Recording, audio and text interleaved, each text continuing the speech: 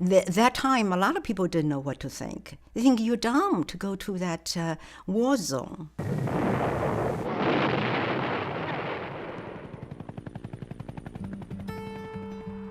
I was an Ohio farm boy. I decided I wanted to go to Ohio State, and I majored in agriculture. I was looking for a job because I was going to graduate the spring quarter of '62, and I received this information from International Voluntary Services, and they hired me right away. And I was in Saigon then, July of 1962.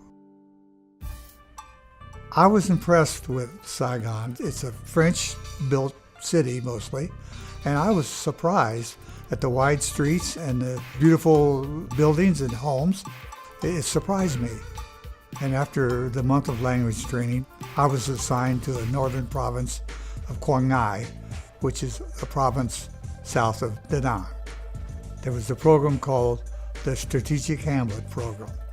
A strategic hamlet was basically a fenced-in village that was fortified, or they would relocate people to another place and build a fence around it.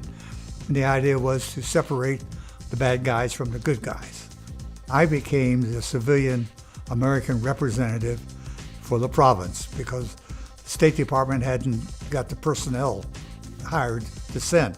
So I became the main guy with the American military commander and the province chief. And we would meet, three of us together, 3 or 4 times a week to sign off on all kinds of materials coming into the province to build these strategic hamlets. Tom worked with multiple relief agencies in Vietnam, taking blankets, medicine, and supplies to the refugee camps. After his 3 tours in Vietnam, Tom decided to return to the States for a master's degree. I received a master's in political science at UD. Well, I thought, I can't find a job, I'll just keep going to school. When the communists took over China, our family went to Taiwan. So I grew up in Taiwan and graduated from college and got a scholarship. I have a full ride from Miami University, Oxford, Ohio. There, I met my husband. We get to know each other, and we got married. Then my husband said, I want to go to Vietnam. I said, Vietnam? And I was young and fearless and didn't know any better. So I followed Tom to Vietnam. I remembered and the news came that one Montagnard village got burned by Viet Cong. And those people are very pro-South Vietnamese government. They're anti-communist.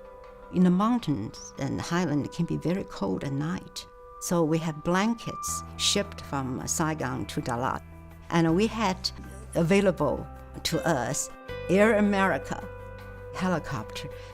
Tom was sent away to Da Nang for a whole week.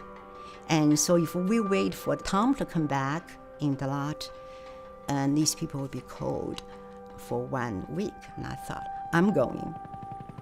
We flew very, very, very low along treetop, all through the valley. And I was asking, why do we fly so low? The answer was, this way we can escape and try not to be shot at by Viet Cong. I said, okay, that's a good idea.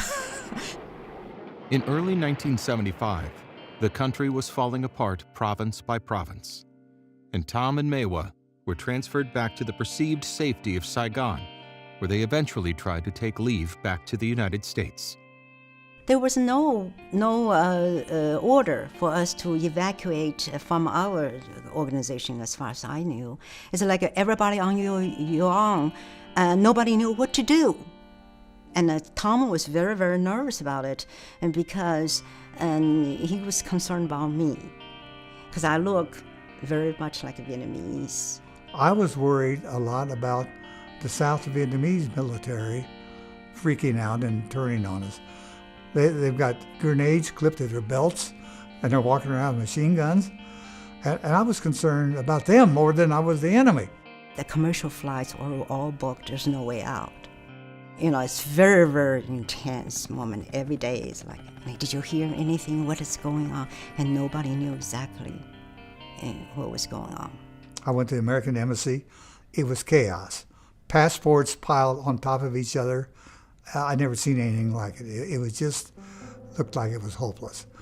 So I went back. I didn't have any ideas.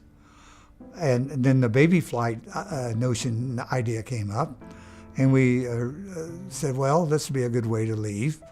They need adults to escort them, help the babies to fly back to the States. We were trying to sign up for that first baby flight, but our exit visa wasn't in order, wasn't processed right, so we couldn't get on that flight, and that saved our lives. Just weeks before the fall of Saigon, President Ford ordered the evacuation of orphaned Vietnamese infants and children. The initial flight of Operation Babylift crashed just after takeoff due to a mechanical failure. Nearly everyone aboard died. The next flight was the next day on a 747, Holt Adoption Agency again.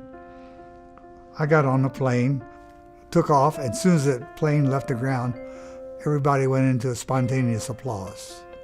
They were glad to lift off of Vietnam. I counted like 50-some hours from the time loading the kids to the time we arrived in New York. Some of them had a diarrhea, some had a chicken pox. It was hard to take care of them because of the medical problem, and you change a diaper all the time. And we have, I think, 1 or 2 toilets. What you do is open, throw the diaper in and close it. Because there's diapers, there's so many diapers, dirty diapers. There's no bags to hold them. So you would just open and throw it in and close it.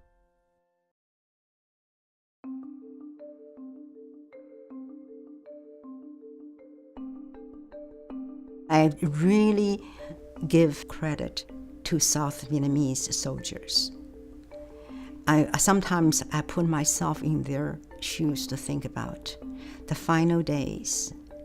They knew they were going to be abandoned, and they could have turned against the foreigners still in Saigon, and they didn't.